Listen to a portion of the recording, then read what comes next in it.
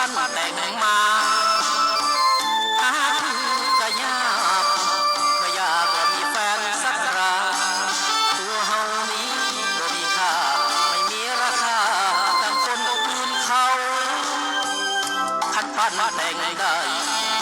อยากให้เฮางามดังเพชรรอเอาให้เด็ดดังเพชรงามหยาดฟ้าสาวเจ้าคงลงเขาคงมีแฟนมากหนาเป็นคนที่มีราคาท่านพูดออกมาว่าจะเป็นเงินทางท่านคนดาวได้แต่ฟันค้างบ่สนจะดิ้นก็จม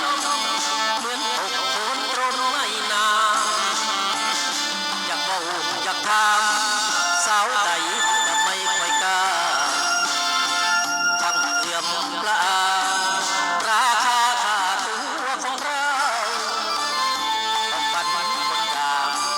ฟันค้างคือนอนก็เงา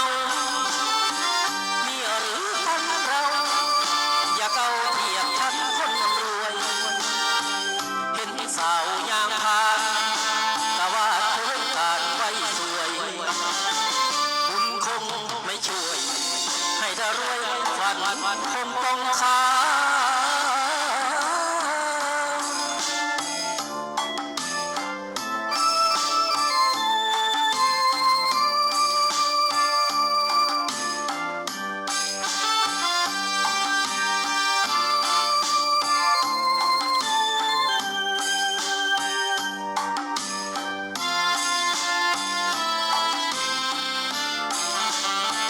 ทางตันคนดา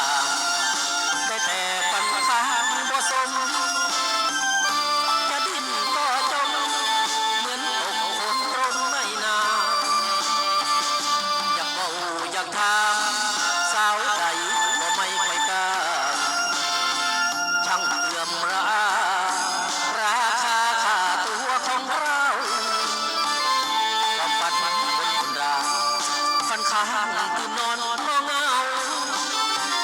มีหรือมันเราอย่าเก้าเทียบฉันคนรวย